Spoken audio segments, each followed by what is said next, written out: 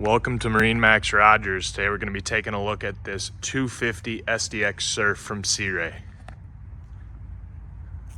Out on the transom here, the 250 SDX Surf, you'll notice this giant spot in the back here to lounge out, hang out, check out the action in the rear, as well as a submersible swim platform, allowing you to kind of sit in the water and get in and out of the water a lot easier.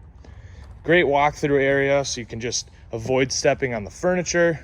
Big bench seating, an actual bolster over here for your passenger, as well as a swinging seat so you can face back, check out all the action. Double captain's chair with a bolster, twin Simrad screens, allowing you to have all of your information up. A very spacious head area with the ability to fill in with cushions and be a storage area if you'd like. Moving up into the bow, great area. Can have 3 or 4 people up here very comfortably. We actually have a spot for a table attachment. Eat snacks up here, hang out, spend the day in the sun.